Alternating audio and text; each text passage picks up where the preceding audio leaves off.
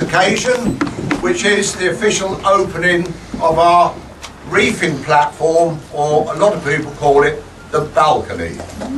Today we've got a few very nice guests with us today. First of all, for those who don't know him, John Biggerdike here.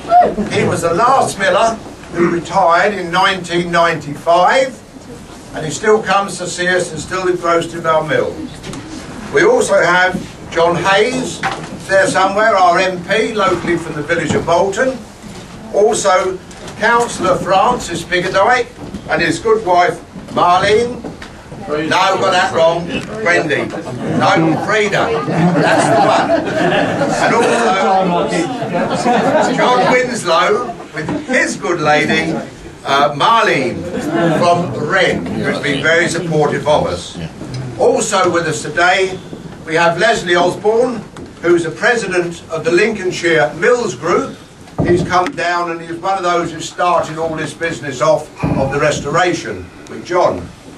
Also, we have another John Grimwood from the Aldershire Group, and we also thank him and his group for the support they've given to our mill.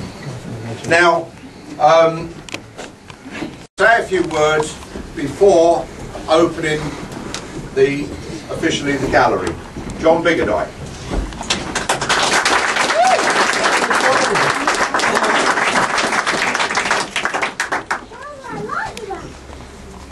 I'm not going to go to the sheet, but I brought that one because it flew away. Right.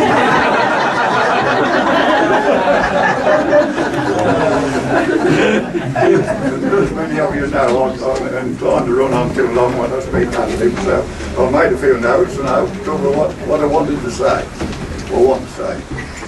Anyway, ladies and gentlemen, it's a great pleasure to be here today to officially open the reefing stage or gallery, or balcony now, as Byron added. That is, it's essential for the operation of the mill sails, and also provides an opportunity to view the surrounding countryside from outside the mill. I've spent many an August bank holiday here working, especially during the 70s and 80s. I well remember one day in the late 70s when I took in over 100 tons of corn of nearly harvested wheat from local small farms, who delivered with their small 3 to 5 ton carts, and at one time during the day were queued out of the yard and as far as the post office. I've copied some photographs of that day and they are on display. As most of you know, I spent my childhood and all my working life in this mill, taking over the business after my father's death in 1964, and I've seen many changes.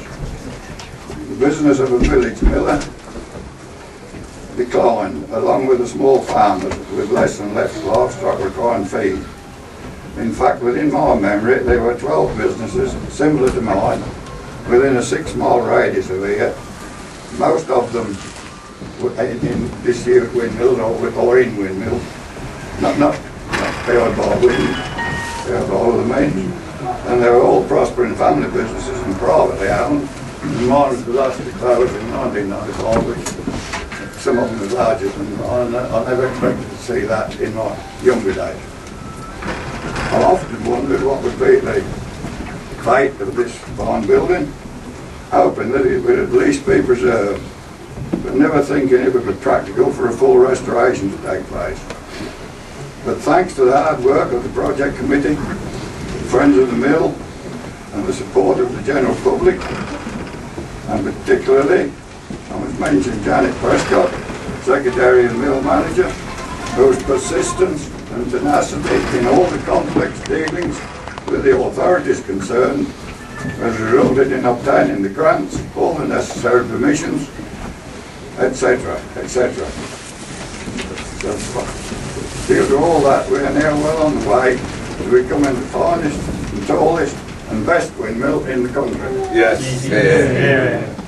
I'm sure we all hope it will not be long before we are here again to celebrate the installation of the sails and the completion of the restoration. So now, without further ado... A little bit further ado.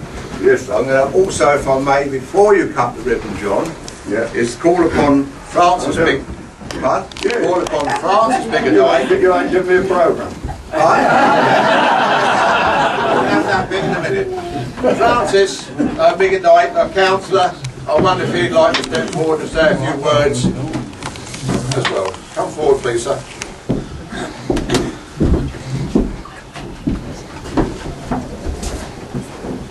Well, good afternoon, everyone, and I'd like to thank the friends of the mill for inviting us here today. I've spent many bank holidays here unloading my wheat, and so it is a pleasure to be here socially and not have to get back to keep the convoy and harvest going. What has been achieved here is truly remarkable, and as a relative of John, the last miller, I'm grateful to you all for keeping this mill and our family name alive. Long live the mill. Thank you very much.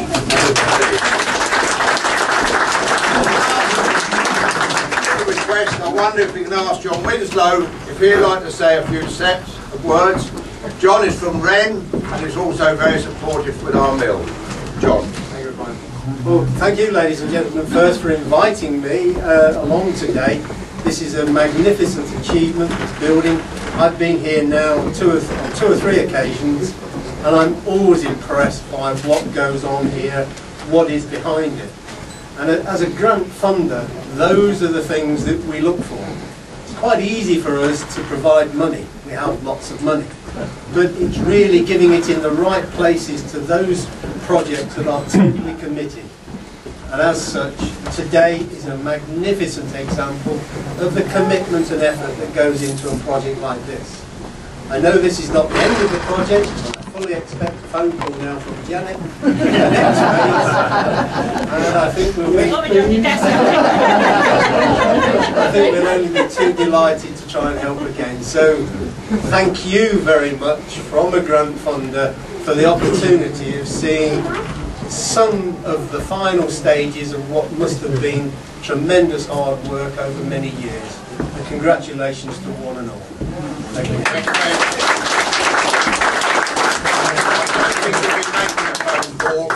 I think Janet might get you before that. Now, before I hand over the scissors to John, that's John Bigadike, that one. A quick thank you to some of our sponsors, which have been Wren, Lankley Chase, the Architectural Heritage Fund and the Aldershire Group.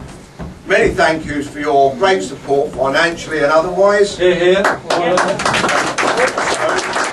big thank you to the directors of the company who stood by us all the way through this project to date. The friends of the mill, because without them and their support we couldn't keep this and the cafe downstairs running, so thank you all very much for your support. And today I think we're all looking forward to look upwards to the sales coming on. Right, John?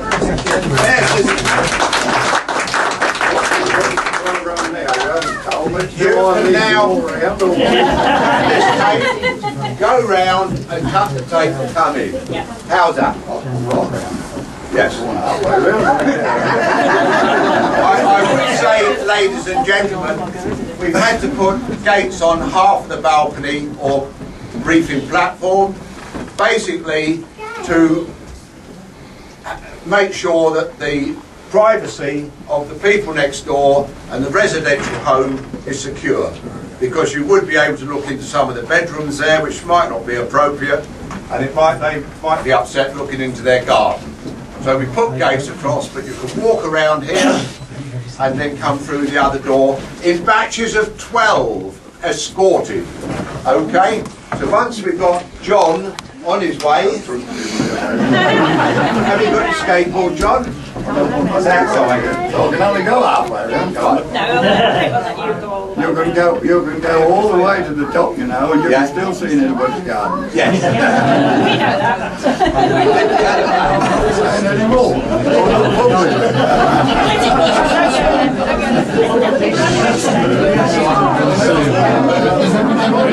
Ladies and gentlemen, please. much, Dave. I